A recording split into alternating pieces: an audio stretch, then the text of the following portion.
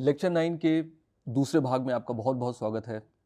पिछली बार हमने देखा था लीनियर रिग्रेशन और हमने लीनियर रिग्रेशन को शुरुआत से लिखा था। हमने उसका ग्रेडियंट डिसेंट इक्वेशन भी लिखा था, यानी हमने उसका जो एल्गोरिदम है, लीनियर रिग्रेशन मॉडल को ट्रेन करने का जो एल्गोरिदम है, हमने उसको शुरू से लिखकर, मैथमेटिकली लिखकर, उसका ग्रेडियंट डिसेंट इक्वेशन लिखकर उसको उसकी ट्रेनिंग कंप्लीट की थी। अभी उसमें कोडिंग वाला पार्ट बचा है और अगले भाग में हम कोडिंग भी करने वाले हैं। लेकिन आज हम एक और रिग्रेशन करेंगे और ये लीनियर रिग्रेशन का ही एक्सटेंशन है। इनफैक्ट इसको बोलते रिग्रेशन है, मगर ये है क्लासिफिकेशन, तो ये गलत नाम है। और इसका नाम है लॉजिस्टिक रिग्रेशन। असली में लीनियर रिग्रेशन जो आपने देखा था उसमें ये था कि हमारे पास एक डेटा सेट है जिसमें कुछ हमारे पास जिसको बोलते हैं फीचर वेक्टर्स हैं एक्स, और उनका करस्पॉन्डिंग जो जिसको मैं बोलूँगा उसका जो आउटपुट है वाई, जो कि कोई भी रियल नंबर हो सकता है। यानी जैसे हमने उदाहरण लिया था डायबिटीज़ वाला कि अगर हमारे पास खून की जांच की रिपोर्ट है तो किसी के डायबिटिक होने की क्या संभावना है, या उसका उसका जो भी ब्लड शुगर नंबर है उसके होने की क्या संभावना है, या उसका नंबर क्या होगा। तो ये जो वाई जो हमारा था एक एक रियल नंबर था। ये नंबर कुछ भी हो सकता है। मगर क्लासिफिकेशन में जो रिग्रेशन और क्लासिफिकेशन में जो अंतर है वो है केवल जो हमारा वाई है, यानी जो हमारा जो ऑब्जर्वेशन है उसका अंतर है। क्लासिफिकेशन में ऑब्जर्वेशन जो होता है लेबल होता है, यानी कि वो कौन से हमारा जो डेटा है वो कौन से क्लास को बिलोंग करता है। उदाहरण के तौर पर अगर मैं आपको एक जानवर की इमेज दूंगा, पिक्चर दूंगा, फोटो दूंगा, तो आपका क्लासिफिकेशन एल्गोरिदम ये बताएगा कि वो जानवर कौन सा है। क्या वो एक बिल्ली है, क्या वो शेर है, क्या वो लोमड़ी है, कुछ भी बता सकता है।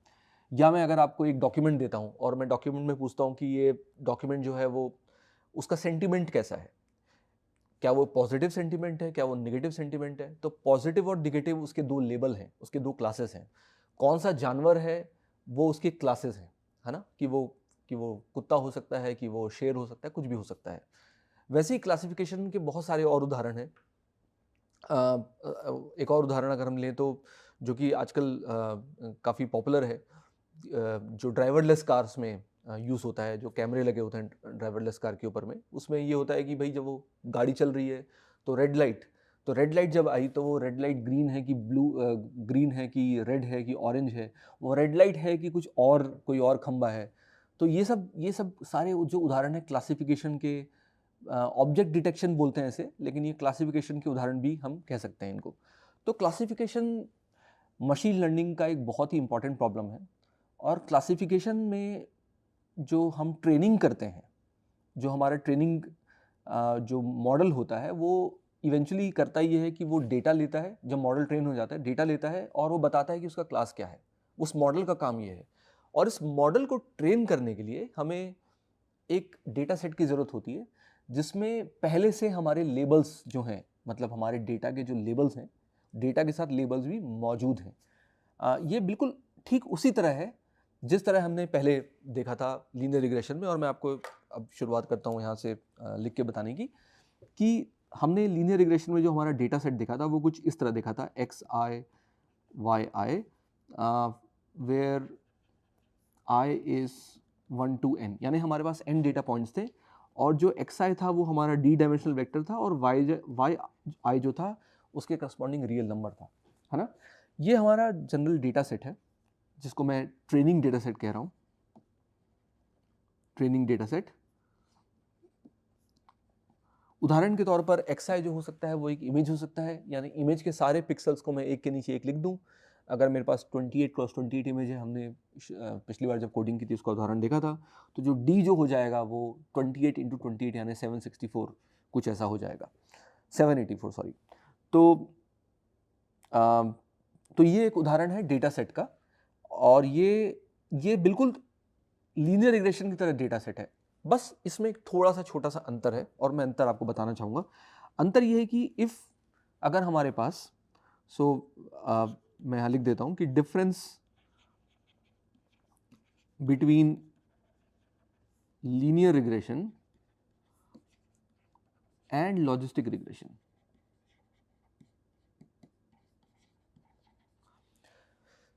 तो पहली बात तो मैं फिर से बता दूं, रिग्रेशन नाम थोड़ा सा जिसे मिसनोमर कहते हैं वो ये है ये रिग्रेशन नहीं है, क्लासिफिकेशन है। तो मैं यहाँ पे बगल में क्लासिफिकेशन भी लिख देता हूँ। और इसी के साथ ही आज हम अपना पहला क्लासिफिकेशन एल्गोरिथम देखेंगे, जो कि लीनियर रिग्रेशन की तरह ही है, बस थोड़ा सा उसमें अंतर है।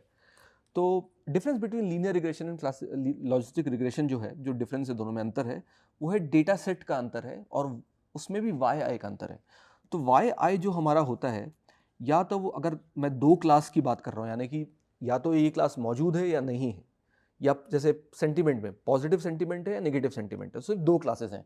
मतलब हमें सिर्फ दो आंसर देने हैं, या तो वो ये पॉजिटिव है या नेगेटिव है, या तो वो डॉग है या कैट है, या तो वो रेड लाइट है या वो ऑरेंज लाइट है, ऐसा है ना।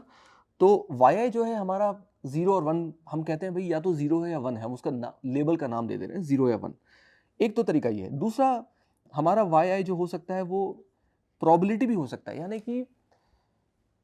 यानी हमारे डेटा सेट में ही हम कह रहे हैं कि भाई ये इसके जो उसके क्लासेस हैं, विभिन्न क्लासेस हैं, उनके होने की संभावना क्या है, ये भी हमारे डेटा सेट में हो सकता है। तो या तो 0 और 1 हो, या मतलब कंप्लीट फुल लेबल हो, और y i are basically probability vector.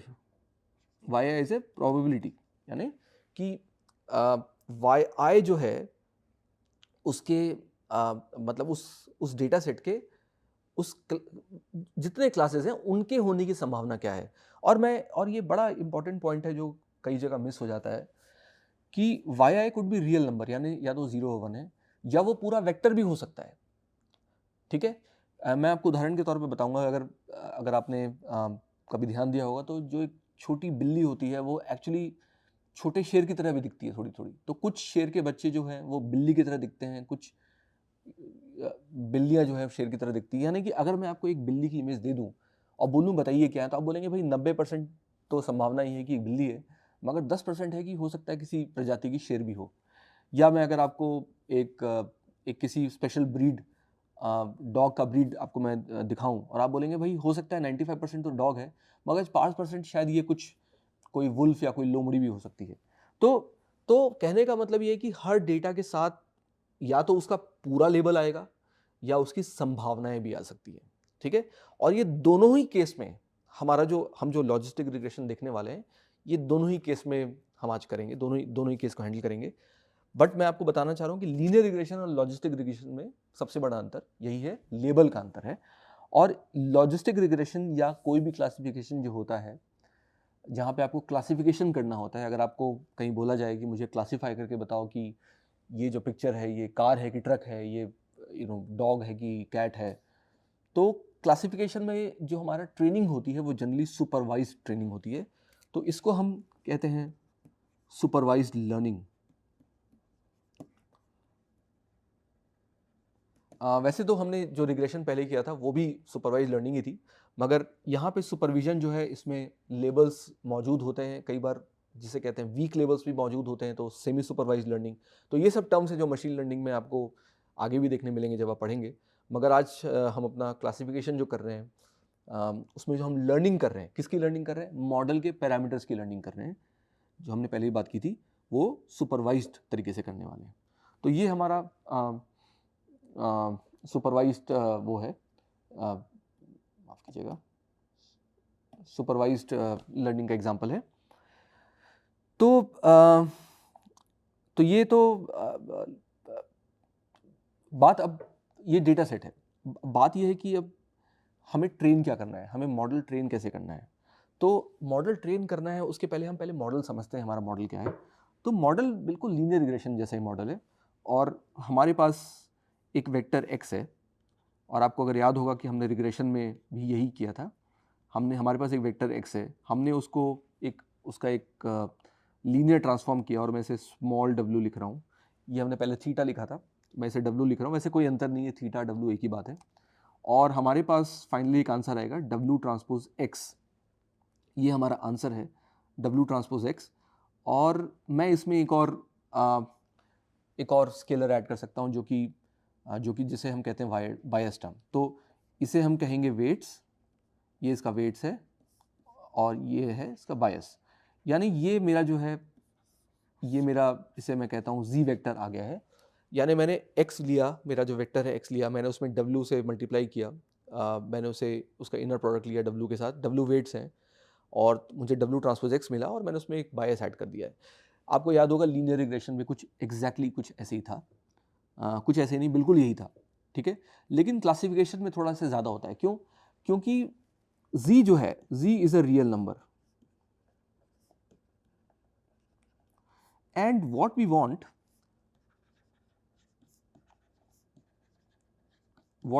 हम चाहते क्या है? हम चाहते हैं कि हमें फाइनली यहाँ पे कुछ लेबल मिले। हम चाहते हैं कि हम कुछ एक और ट्रांसफॉर्म लगाएं कि हमें आंसर में लेबल मिल जाए कि या तो वो 1 है या 0 है या फिर प्रोबेबिलिटीज ऑफ डिफरेंट क्लासेस हमें मिल जाए। यानी कि after applying my weight W and adding the bias, मैं W से मल्टीप्लाई करके अपने एक्स वेक्टर को W ट्रांसपोज X लाता हूँ और जब मैं उसमें बायस ऐड करता हूँ तो जो मुझे Z मिलता है वो प्रोबेबिलिटी नहीं देता है, वो लेबल नहीं देता है, वो कोई भी एक रियल नंबर है।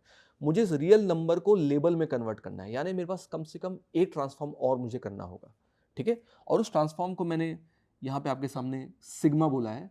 Sigma is a non linear transform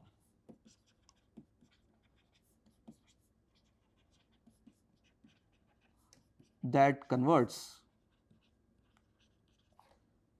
our Z, ये जो हमारा Z मिला है हमें, टू अ लेबल, या तो लेबल में कन्वर्ट करेगा या प्रोबेबिलिटी में कन्वर्ट करेगा। तो अगर हमारे पास दो क्लास हैं, क्लास 1 और class 2, positive negative, dog cat, green blue whatever, तो वो कन्वर्ट करेगा कि P1 में, तो दूसरी क्लास की संभावना है ऑब्वियसली 1 माइनस P1 हो जाएगी। यानी कि जो सिग्मा जो है वो Z को प्रोबेबिलिटी में कन्वर्ट कर रहा है। तो आइडियली आप क्या चाहेंगे? आइडियली आप चाहेंगे कि जो हमारा सिग्मा फंक्शन है कुछ इस तरह दिखे, मैं इसे दूसरे कलर से बनाता हूँ, कुछ इस तरह दिखे कि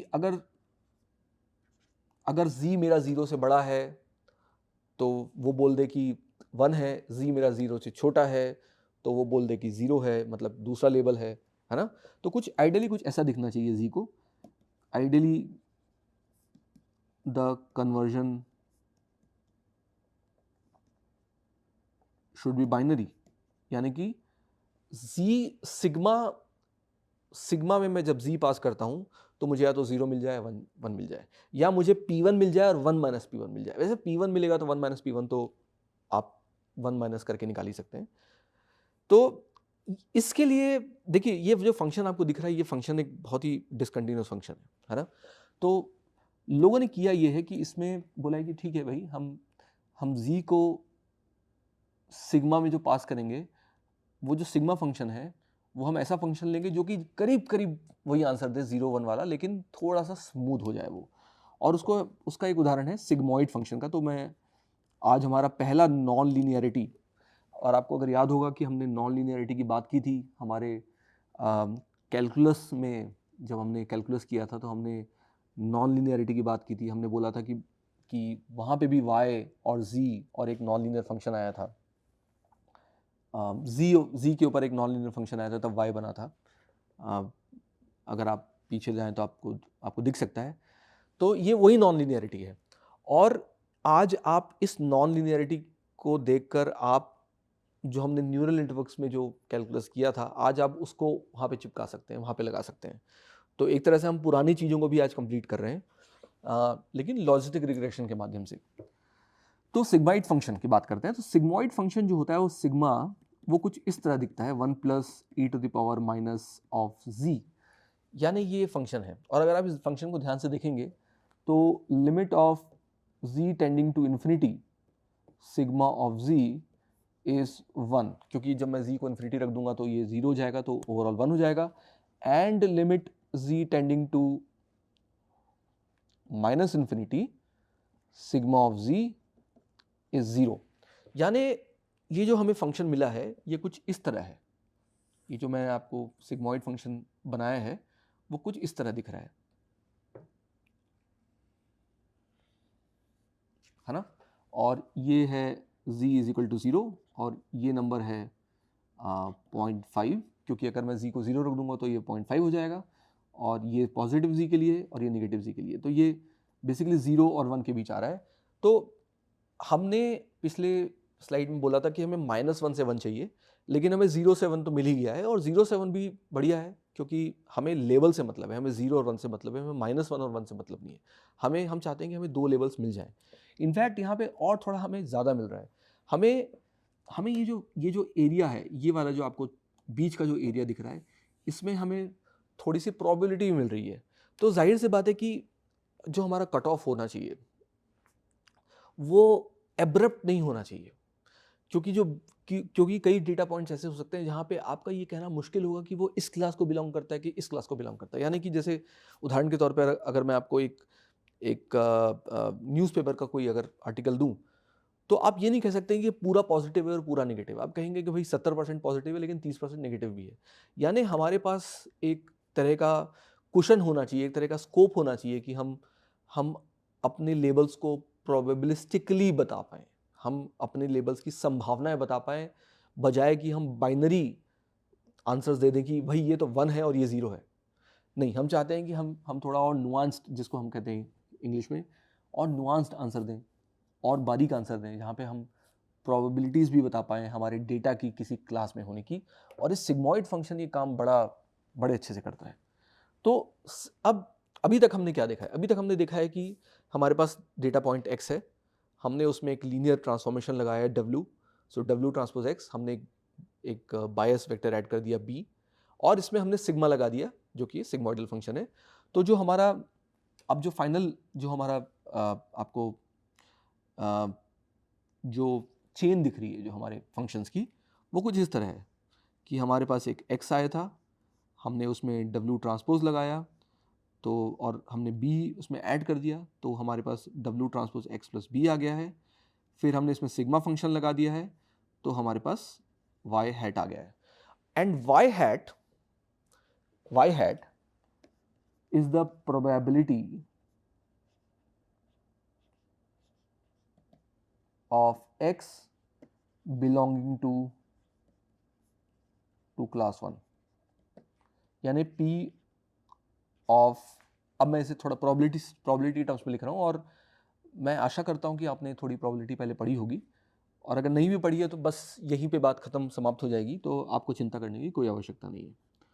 तो y इज इक्वल टू 1, अब मैं इस लेबल की बात कर रहा हूँ, प्रोबेबिलिटी की वो लेबल मौजूद है कंडीशनड ऑन x, यानी प्रोबेबिलिटी की y is equal to 1 condition on x, मतलब कि गिवन x, मतलब हमें x दे दिया है,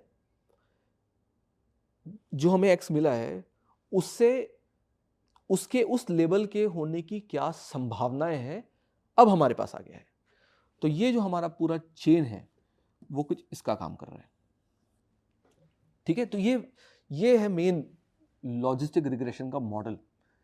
लॉजिस्टिक रिग्रेशन का मॉडल क्लासिफिकेशन मॉडल है, और वो ये कह रहा है कि हमारा जो वेक्टर x है वो किसी क्लास में बिलोंग करता है, उसकी प्रोबेबिलिटी y हैट है, और अब हम w और b ट्रेन करेंगे ऐसा हमारे डेटा सेट से कि ये जो y हैट है, y हैट यानी जो हमारे मॉडल से आया है, और जो रियल y है, जो असल में y है, वो दोनों एकदम आसपास हों एक दूसरे के। तो यही जो सारे मशीन लर्निंग का जो मेन एम होता है वो यही होता है कि आप ऐसा मॉडल ट्रेन करें कि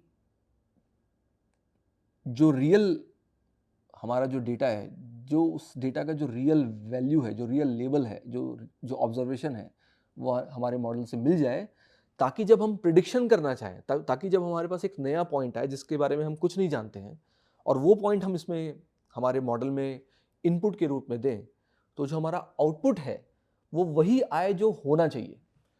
ठीक है, यही हमारा पूरा मशीन लर्निंग का जो मेन जो मॉडल ट्रेनिंग का जो लक्ष्य है वो यही है। तो अब फिर जो अगला क्वेश्चन है वो ये है कि भाई ये मॉडल तो हमें मिल गया है, मतलब ये जो हमने जो डिसाइड किया है w, b और सिग्मा, ये हमारा मॉडल है, राइट। लेकिन हम w और b का पता कैसे लगाएं?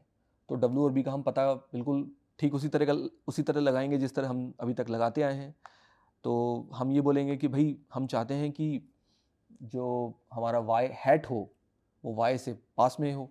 तो फिर से अब हम उसी ऑप्टिमाइजेशन प्रॉब्लम की बात करते हैं। तो जो हमारा ऑप्टिमाइजेशन प्रॉब्लम है, optimisation problem for training W and B, और आप नोट कीजिए कि यहाँ पे हम W वेक्टर ले रहे हैं, सिर्फ एक ही क्लास है। हम आगे चल के देखेंगे कि अगर मल्टीपल क्लासेस हों तो इसी को ही हम एक्सटेंड कर सकते हैं बहुत आराम से, कोई चिंता की बात ही नहीं है, ठीक है। बट हम ही अब सिर्फ एक क्लास की बात कर रहे हैं, मतलब एक्चुअली दो क्लास की बात कर रहे हैं, या तो ये क्लास है या वो क्लास नहीं है। तो एक तरह से एक ही W से हमारा काम हो जाता है, क्योंकि हमें सिर्फ एक प्रॉबिलिटी चाहिए, क्योंकि जो दूसरी प्रॉबिलिटी है वो 1 minus of that probability. Multiple probabilities के केस में हमें हर प्रॉबिलिटी के लिए, हर क्लास के लिए एक W चाहिए होता है। तो जो कि बिल्कुल यही जो तर्क हमने अभी तक दिया है वो ऐसी कैसी एक्सटेंड हो जाएगा, ठीक है। तो अब हम ऑप्टिमाइजेशन प्रॉब्लम लिखते हैं ट्रेनिंग के लिए। तो ऑप्टिमाइजेशन प्रॉब्लम, तो आपको याद ही होगा कि हमने बात की थी कि हम एक लॉस फंक्शन बनाएंगे जो कि y हैट और y यानी रियल और जो हमारा आ रहा है, जो हमारे मॉडल से आ रहा है, वो करीब से करीब होनी चाहिए। तो यहाँ पे आज हम थोड़ी नई चर्चा करने वाले हैं। भाई एक तरीका तो ये है कि हम y minus y hat norm square ले लें और इसको मिनिमाइज करें सारे डेटा पॉइंट्स के लिए। एक तरीका तो ये है, मगर चूंकि आज हम प्रोबेबिलिटीज़ की बात कर रहे हैं तो हमारे पास कुछ और अच्छे मॉडल हैं जो हम ट्रेन कर सकते हैं, जो कि इनसे बेहतर हैं। मैं इसकी चर्चा में नहीं जा रहा हूँ कि ये क्यों ख़राब है, क्योंकि मैं इसे ख़राब नहीं कह रहा हूँ। मैं एक नए मॉडल की बात कर रहा हूँ, नए लॉस फंक्शन की बात कर रहा हूँ, नए ऑब्जेक्टिव फंक्शन की बात कर रहा हूँ, जो कि जब हमारे पास प्रोबेबिलिटीज़ आते हैं तो लॉस फंक्शन बहुत यूज़फुल होता है और उसके बहुत ही अच्छी प्रॉपर्टीज़ हैं। तो हम आज उसकी बात करते हैं। तो थोड़ा मैं डाइग्रेस कर रहा हूँ।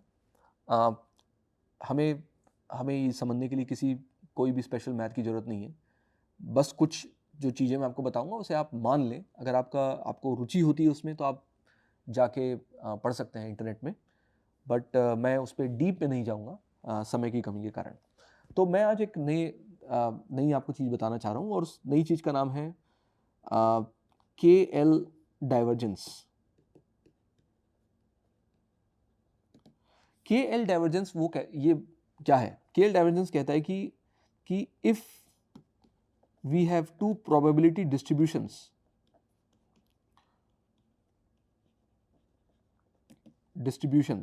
और probability distributions तो मैं आशा करता हूँ आपको पता ही होंगे, P और Q। यानी कि अगर मेरे पास एक रैंडम वेरिएबल है जो कि मान लीजिए 3 वैल्यू लेता है, तो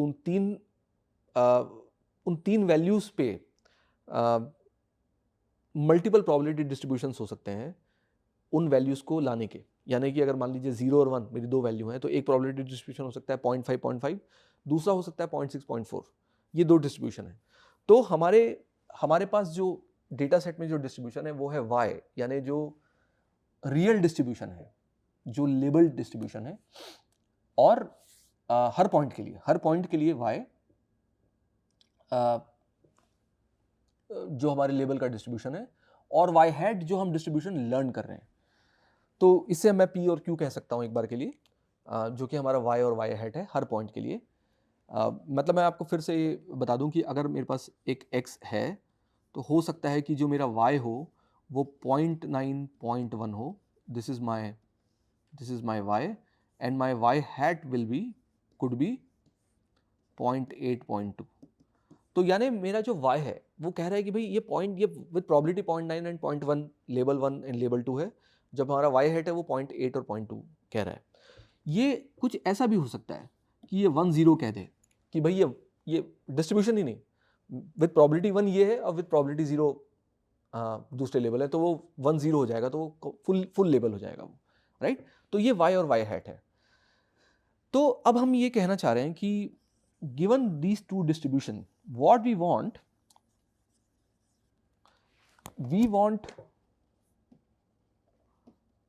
want to train a model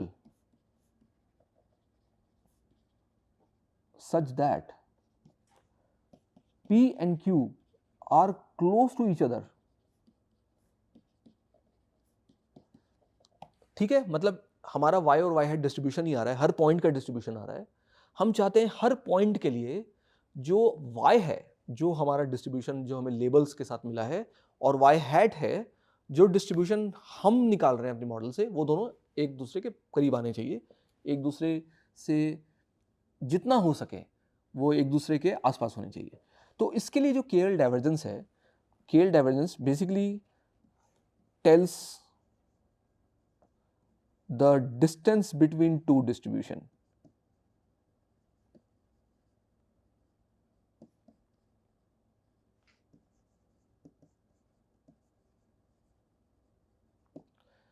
KL divergence जिस तरह मैं अगर आपको एक वेक्टर स्पेस में दो पॉइंट दूं x और y, और मैं बोलूं इनके बीच में दूरी निकालिए, डिस्टेंस निकालिए, तो आप उसको बोलेंगे भाई x माइनस वाई का नॉर्म स्क्वायर, जो कि x1 minus y one square plus x2 minus y two square, ऐसे करके सम फिर रूट, है ना, ये डिस्टेंस होता है दो पॉइंट्स का।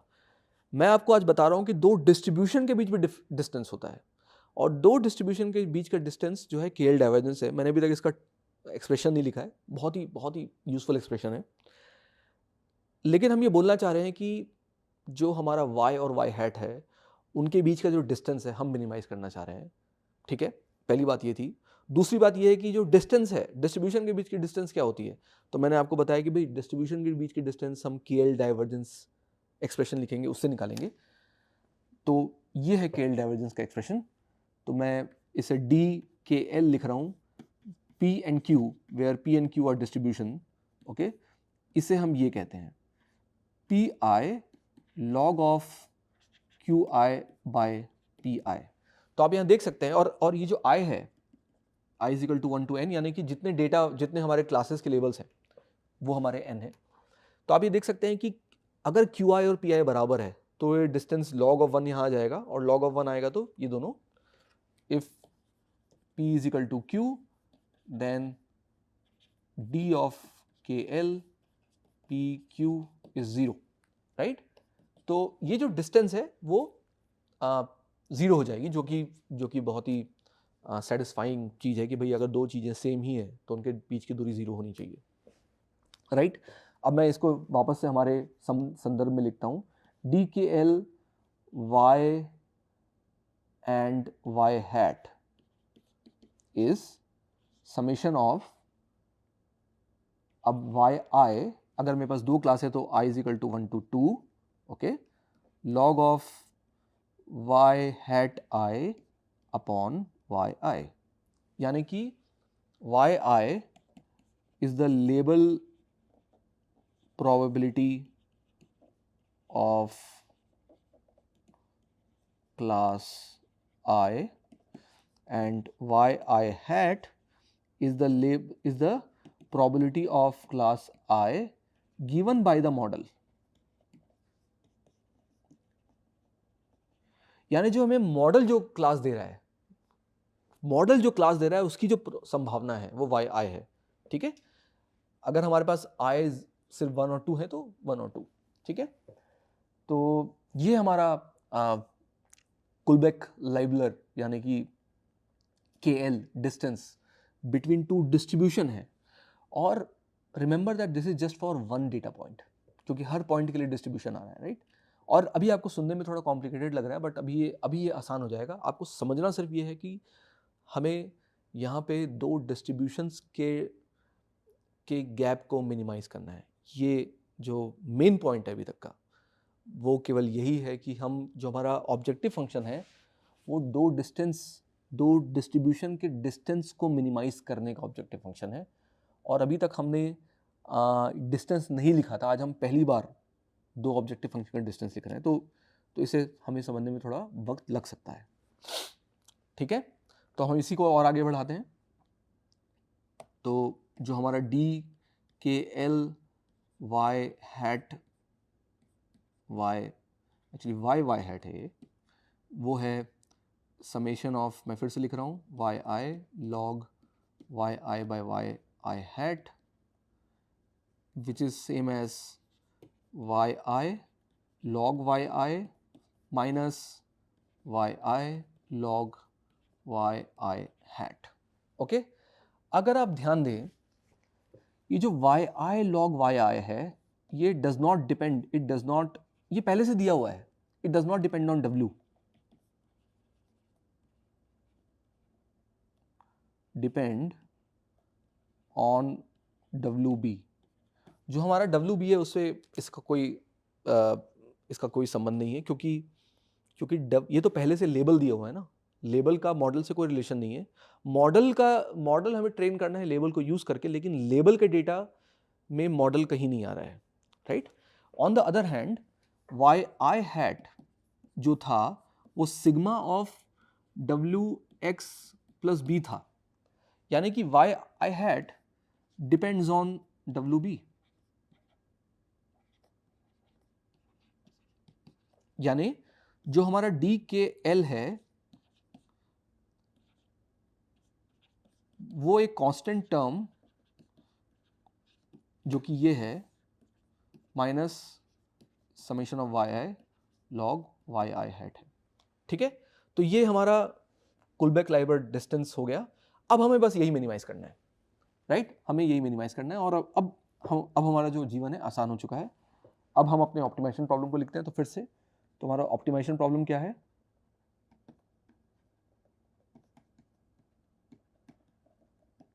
हमारा ऑप्टिमाइजेशन प्रॉब्लम ये है कि हम हर पॉइंट के लिए इस डिस्टेंस को मिनिमाइज करेंगे। तो मिनिमाइज, ओके, मैं इसको लिख रहा हूं जे ऑफ डब्ल्यू बी, और मैं इसको जे मैंने एक नया फंक्शन लिख दिया है, is equal to l of y and y hat. इसको मैं वाई आई लिख देता हूँ। एक्चुअली इसको थोड़ा हम ध्यान से लिखते हैं।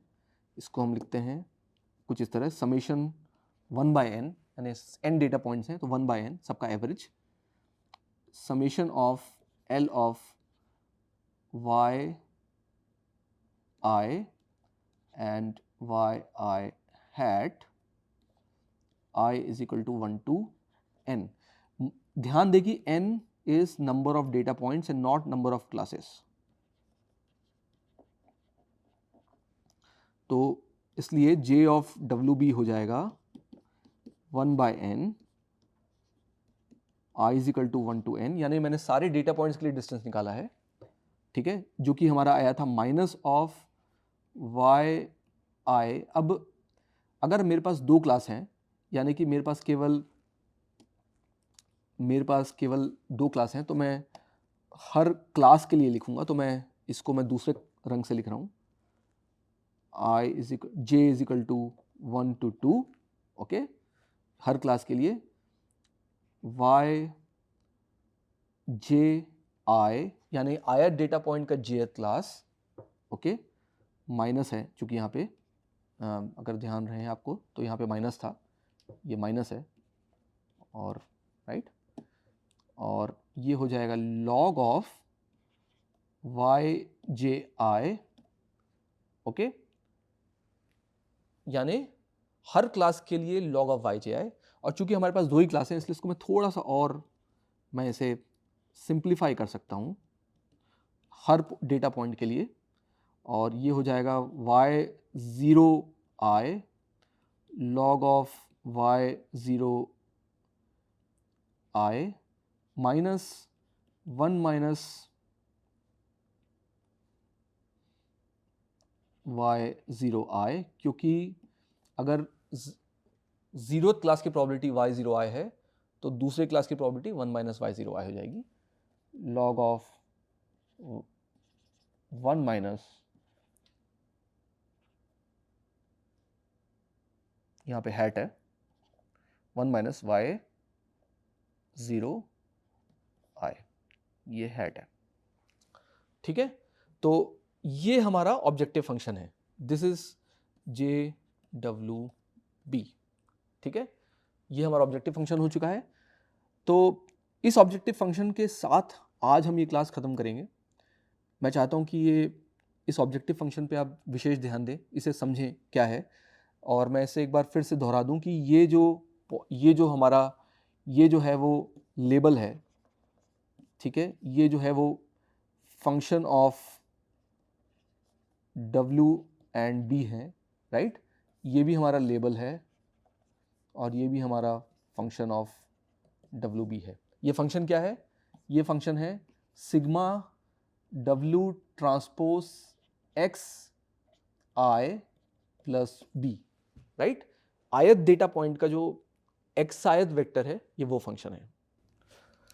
तो ये जो आपके सामने ऑप्टिमाइजेशन प्रॉब्लम है JWB जिसको हमने लिखा है, जो कि सारे n सैंपल्स का जो हमारा n डेटा पॉइंट्स हैं उनका एवरेज लॉस है। लॉस कैसे हमने डिफाइन किया है मैं फिर से बता दूं। लॉस हमने डिफाइन किया था कि ये जो हमारा लॉस फंक्शन है ये हर पॉइंट के लिए लॉस फंक्शन है, और ये L जिसे हम LYI हैट कह रहे हैं, और ये जो लॉस फंक्शन है ये कुछ इस फॉर्म में आया है, और मैं इसको फिर से डिफाइन करूंगा, लेकिन एक बार समझ लीजिए। ये है ये जो मैं ब्लैक इंक के साथ लिख रहा हूँ, ब्लैक साई के साथ लिख रहा हूँ, ये हर फंक्शन का लॉस फंक्शन है, हर डेटा पॉइंट का लॉस फंक्शन है, जिसे मैं LYI हैट मैंने ऊपर में लिखा था स्मॉल l, और इन सब का जो एवरेज है वो JWB यानी कि पूरे डेटा सेट का लॉस फंक्शन है। एक बार हम इस फंक्शन LYI हैट पे फिर से गौर करते हैं, और इस बार मैं इसको थोड़ा आसानी से लिखूंगा ताकि आपको ये दिख जाए। तो ये जो LYI हैट है ये कुछ ऐसा है, ये है -y, यानी कि उसका लेवल, उसका जो भी इसकी रियल वैल्यू है, लॉग ऑफ, मैं आपको फिर से दिखा दूं, लॉग ऑफ जो YI हैट है वो है y हैट जो है ना, तो log of y hat -1 - y, क्योंकि अगर हम सिर्फ 2 क्लासेस की बात कर रहे हैं तो हमारे पास एक क्लास की प्रोबेबिलिटी y है तो दूसरी क्लास की 1 - y होगी। और ध्यान रहे कि ये y की वैल्यू 1 भी हो सकती है, यानी हम किसी लेबल को प्रोबेबिलिटी नहीं, हमारे जो डेटा सेट है उसमें लेबल क्लियरली डिफाइंड है कि ये लेबल है 1 है या 0 है, तो उस केस में प्रोबेबिलिटी को हम कह सकते हैं प्रोबेबिलिटी ही 1 है उसकी, है ना, उस लेबल की होने की प्रोबेबिलिटी 1 है उस डेटा पॉइंट के हिसाब से। और तो ये y 1 भी हो सकता है, यानी 1/1 - y 0 भी हो सकता है, y 0 भी हो सकता है तो 1 - y भी 1 हो सकता है ना। तो ये दोनों लेबल हम इसमें इनकॉर्पोरेट कर चुके हैं। तो ये मेरा 1 - y है, और दूसरा है log ऑफ 1 - y हैट। तो ये जो आपको एक्सप्रेशन दिख रहा है ये this is for one data point, this is for one data point, और इसी को ही हम कहते हैं क्रॉस एंट्रोपी लॉस, यानी ये एक तरह की एंट्रोपी है और एंट्रोपी बेस्ड लॉस है। आप में से जिन लोगों ने इंफॉर्मेशन थ्योरी थोड़ा बहुत पढ़ा होगा वो एंट्रोपी की परिभाषा समझते हैं, और मैं उसकी गहराई में नहीं जाना चाह रहा हूँ क्योंकि ये कोर्स उस पर नहीं है, लेकिन जिन्हें एंट्रोपी याद होगा वो जानते होंगे कि एंट्रोपी जो होता है वो बेसिकली एक रैंडम वेरिएबल का में जो अनसर्टेनिटी होती है, उसमें जो रैंडमनेस होती है उसका मेजर होता है। ज़्यादा एंट्रोपी मतलब ज़्यादा अनसर्टेनिटी, कम एंट्रोपी मतलब कम अनसर्टेनिटी। तो ये अनसर्टेनिटी यही है जिसे P log P, expectation of P log P या जो भी है log P का एक्सपेक्टेशन हम कहते हैं रैंडम वेरिएबल का। तो मैं उस पर नहीं जा रहा हूँ, बट इसे आप ध्यान रखें कि इसे हम क्रॉस एंट्रोपी लॉस भी कहते हैं। और क्रॉस एंट्रोपी लॉस यानी हमारे पूरे डेटा सेट का क्रॉस एंट्रोपी लॉस कुछ इस तरह है, L of YI hat 1/n I is equal to 1 to n। तो ये हमारा लॉस फंक्शन हो गया है, और मैंने इसमें स्पेशल एम्फेसिस दिया है, मैंने इसमें एक विशेष रूप से आपको बताया है क्योंकि ये लॉस फंक्शन समझना थोड़ा सा कॉम्प्लिकेटेड है, मगर ये लॉस फंक्शन बहुत ज़्यादा उपयोगी है, बहुत ज़्यादा लोकप्रिय भी है, क्योंकि न्यूरल नेटवर्क्स में भी जो रिग्रेशन जो क्लासिफिकेशन प्रॉब्लम होती है उनको हम लॉजिस्टिक रिग्रेशन, और जिसे हम सॉफ्ट मैक्स लॉस जो कि ऐसे ही आता है, या क्रॉस एंट्रोपी लॉस से ही बहुत सारे न्यूरल नेटवर्क ट्रेन करते हैं। तो आज जो हम कर रहे हैं वो एक तरह से हमने जो पहले न्यूरल नेटवर्क पर देखा था, आज ये उसी को ही आगे एक तरह से आगे बढ़ाने वाली बात है, और हम एक तीर से दो शिकार कर रहे हैं। हम लॉजिस्टिक रिग्रेशन भी समझ रहे हैं, हम क्रॉस एंट्रोपी लॉस भी समझ रहे हैं, और हम इसका डेरिवेटिव कैसे लेते हैं जो कि हमें आगे चल के न्यूरल नेटवर्क में काम आने वाला है, हम वो भी देखेंगे। ठीक है, तो ये आपका JWB हो गया। तो चलिए अब हम इसके डेरिवेटिव की बात करते हैं। तो ये तो आपको पता ही होगा कि जो ग्रेडियंट डिसेंट है, नाउ अब हम ट्रेनिंग की बात कर रहे हैं, हम एक्चुअली डेरिवेटिव की बात बाद में कर रहे हैं, हम कह रहे हैं कि भाई ग्रेडियंट डिसेंट बेस्ड ट्रेनिंग हम कैसे करेंगे। तो आपको याद ही होगा कि जो हमारा वेरिएबल है वो डब्ल्यू बी है, तो डब्ल्यू बी t+1 यानी कि t+1th इटरेशन में जो मेरा एस्टिमेट है वेरिएबल का, हमारे वेरिएबल्स डब्ल्यू और बी हैं, वो कुछ इस तरह होगा, डब्ल्यू टी बी टी, ये t+1 है, मैं इस राइटिंग को थोड़ा और आपके लिए सुधार दूं, तो ये WT+1, ये BT+1, ये t+1th इटरेशन जो है वो tth iteration minus sum step size times gradient of JWB with respect to W and B, है ना। ये हमारा ग्रेडियंट डिसेंट एल्गोरिथम था, और इसमें किसी को भी अब मुझे लगता नहीं कि कोई शक होना चाहिए, ये हमने काफ़ी बार देख लिया है। तो t+1th iteration is equal to tth iteration minus step size times the gradient. Okay, तो अब बात सिर्फ ये है कि भाई स्टेप साइज तो चलिए एक बार हम अभी तक हमने बहुत गहराई से चर्चा नहीं की, बट हमने 2-3 स्टेप साइज के तरीके आपको बताए थे। मगर इस केस में ग्रेडियंट बड़ा इंटरेस्टिंग है, ग्रेडियंट कैलकुलेशन में बड़ा इंटरेस्टिंग है, और ये बहुत ही कैलकुलेशन करते समय हमें लगेगा कि हम कुछ कॉम्प्लिकेटेड कर रहे हैं, मगर जब बाहर आएगी चीज़ें तो बहुत ही सिंपल और बहुत ही मैं जैसे बोलूँगा कि आसान और सरल ग्रेडियंट दिखेगा आपको।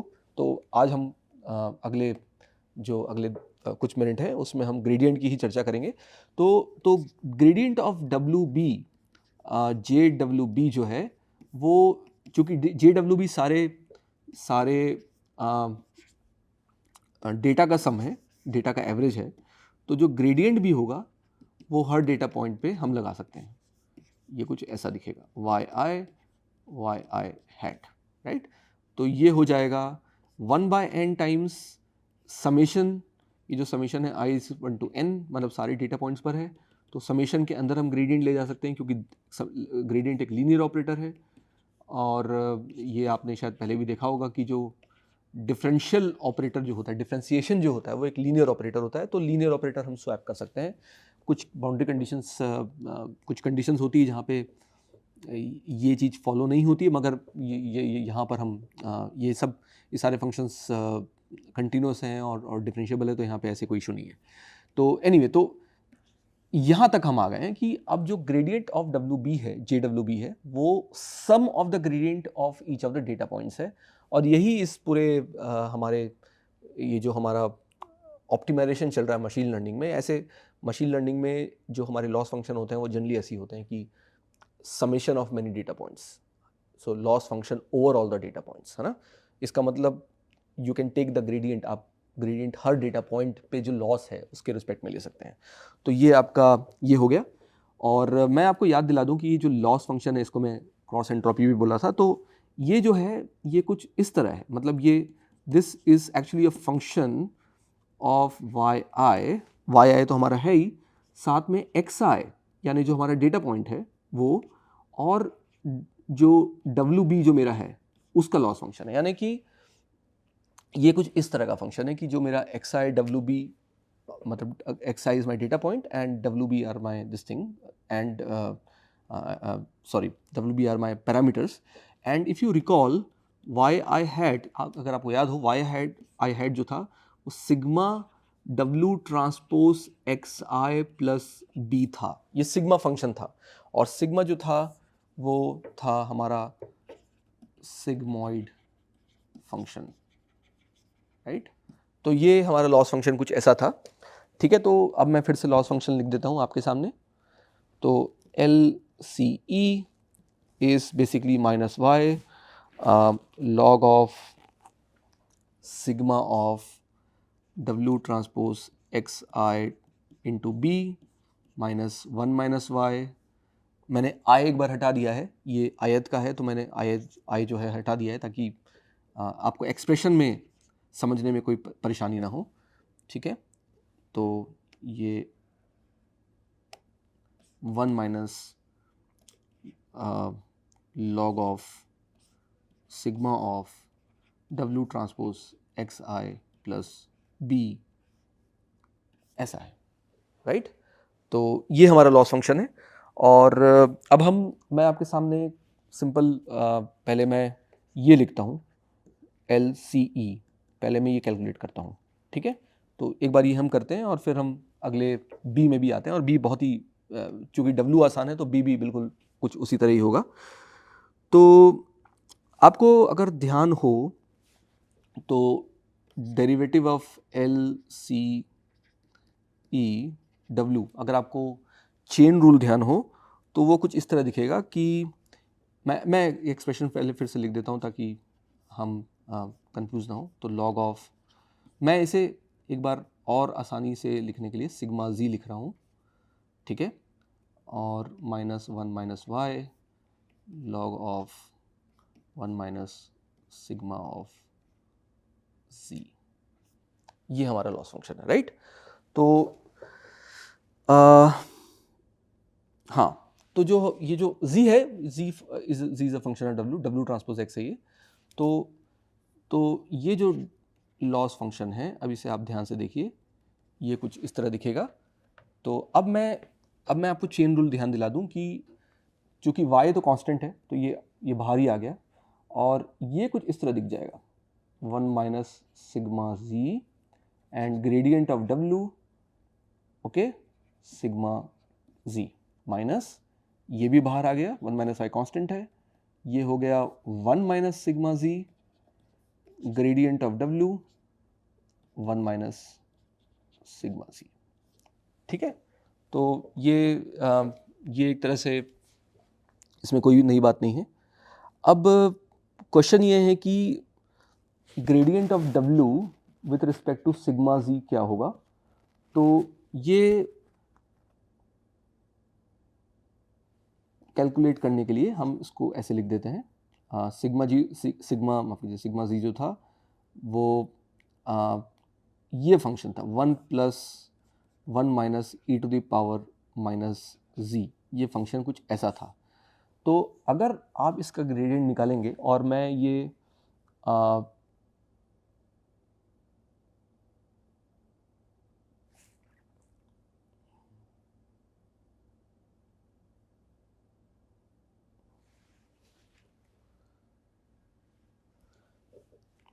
आई नीड 2 मिनट्स, मुझे पीछे के नोट्स कहीं गायब हो गए मेरे, क्योंकि gradient of w with respect to 1 जो है वो 0 है, राइट? तो ये माइनस सिग्मा जी हो गया, यानी कि मैं ये माइनस और माइनस प्लस हो गया, मैं sigma gradient of w with respect to sigma G बाहर ले सकता हूँ, तो ये हो गया minus Y upon sigma plus one minus Y upon one minus sigma, right? तो ये एक्सप्रेशन मैं चाह रहा हूँ कि एक बार आप खुद अपने इसे कॉपी में लिखें और इस एक्सप्रेशन को एक बार फिर से गौर करके देख लें, क्योंकि यहीं पे कई बार कुछ गलतियाँ हो जाती हैं, ठीक है? तो ये अब हमने पिछले स्टेप में कैलकुलेट किया था, मैं आपको ये फिर से दिखा दूँ, ये हमने पिछले स्टेप में कैलकुलेट किया था, ये gradient of sigma g with respect to w, sigma into one minus sigma times x आया था, मैं इसी को सब्सटीट्यूट करने वाला हूँ, sigma into one minus sigma times x ये आ चुका है हमारा, और ये जो है ये नीचे sigma times one minus sigma common आ गया है, ऊपर है one minus sigma times minus Y plus one minus Y times sigma, और ये हो गया ये सिग्मा ये कैंसिल, और ये हो गया minus Y plus sigma y plus sigma minus sigma y times x, और आप देखिए ये सिग्मा वाई और सिग्मा वाई कैंसिल, तो यहाँ पे केवल sigma minus Y times x बचा है, और सिग्मा जो है, सिग्मा फंक्शन से जो आउटपुट आ रहा है वो एक्चुअली वाई हैट है, तो ये Y hat minus Y times X आ गया है, यानी कि आप इस एक्सप्रेशन को देखिए, ये कह रहा है कि जो हमारा ग्रेडियंट है with respect to w for one point, right? तो फाइनली जो हमारा ग्रेडियंट आया है वो बहुत ही इजी आया है, वो ये आया है कि gradient of w of LCE यानी लॉस फंक्शन का जो ग्रेडियंट है विद रिस्पेक्ट टू w जो आया है वो बहुत ही सिंपल आया है, वो आया है y minus y hat times x, ये आया है ग्रेडियंट। यानी कि जो y है और जो हमारा रियल y है और जो हमारा जो हम एस्टिमेट कर रहे हैं वो जो वो उनका जो डिफरेंस है टाइम्स जो हमारा इनपुट वेक्टर है। तो अब मैं इसको यहाँ पे i फाइनली जोड़ सकता हूँ, तो ये हमारा ग्रेडियंट आया है। इनफैक्ट मैंने शायद y हैट माइनस y है, माफ़ कीजिएगा, y हैट माइनस y है, y माइनस y हैट नहीं है। तो ये हमारा ग्रेडियंट आ गया है। ये बड़ा ही आसान ग्रेडियंट है। तो अब मैं फिर से ग्रेडियंट डिसेंट का जो एक्सप्रेशन हमने लिखा था मैं उसमें जा सकता हूँ। ये हमारा ग्रेडियंट डिसेंट का एक्सप्रेशन है कि wt plus one b t plus one is wt bt minus ht gradient of this guy. तो ये बहुत ही ईजी ग्रेडियंट हमें मिला है और मैं इस एक्सप्रेशन को फिर से यहाँ लिख देता हूँ। यानी जो हमारा ग्रेडियंट डिसेंट का एक्सप्रेशन है for w, gradient descent for w is basically this. So w of t plus 1 और b के लिए भी आप आराम से ऐसे निकाल सकते हैं वैसे wt minus h of t, कई बार हमने इसे k भी लिखा है, k plus 1 k t एक ही बात है, gradient of w LCE, okay. ये हमारा एक्सप्रेशन था। अब ये जो एक्सप्रेशन है, ये जो ग्रेडियंट है, ये जो कि सबका सम था, सारे पॉइंट्स का सम था, तो ये अंदर में भी सम ही है। तो Y I minus Y I hat times x आई, यानी कि जो जो लेबल में डिफरेंस है, सारे लेबल के डिफरेंस, सारे पॉइंट्स के सारे लेबल के डिफरेंस हम ऐड कर देते हैं और उसको एक्स से मल्टीप्लाई करके सबको ऐड कर देंगे और उनका जो मीन है वो हमारा ये एक्सप्रेशन है, राइट। तो ये हमारा फाइनली जो हमारा एक्सप्रेशन है कुछ इस तरह आता है, H T 1/n summation Y I minus Y I hat minus Y I X I hat, ये कुछ ऐसा आता है, राइट। तो ये हमारा बहुत ही आसान सा हमारा ग्रेडियंट डिसेंट एक्सप्रेशन आ चुका है लॉजिस्टिक रिग्रेशन के लिए, ठीक है। तो इसको एक बार मैं फिर से जल्दी से रिवाइज कर दूं। हमने लॉजिस्टिक रिग्रेशन का प्रॉब्लम सॉल्व किया है। उसके लिए हमने जो हमारा लॉस फंक्शन था वो हमने क्रॉस एंट्रोपी लॉस हमने शुरू से डिराइव किया कि क्रॉस एंट्रोपी कैसे आता है, और फिर हमने उस क्रॉस एंट्रोपी लॉस का ग्रेडियंट लिखा जो कि बहुत ही एकदम आसान सरल सा ग्रेडियंट आता है। तो ये जो है लीनियर रिग्रेशन की तरह ही है, बस यहाँ पे ग्रेडियंट का एक्सप्रेशन थोड़ा सा बदल गया है। अब हम इस क्रॉस एंट्रोपी लॉस वाले लॉजिस्टिक रिग्रेशन को कोड करने के लिए तैयार हैं। तो हम अब नेक्स्ट फेज में इसकी कोडिंग करेंगे, जैसे कि हमने लीनियर रिग्रेशन की कोडिंग करते समय देखा था। धन्यवाद।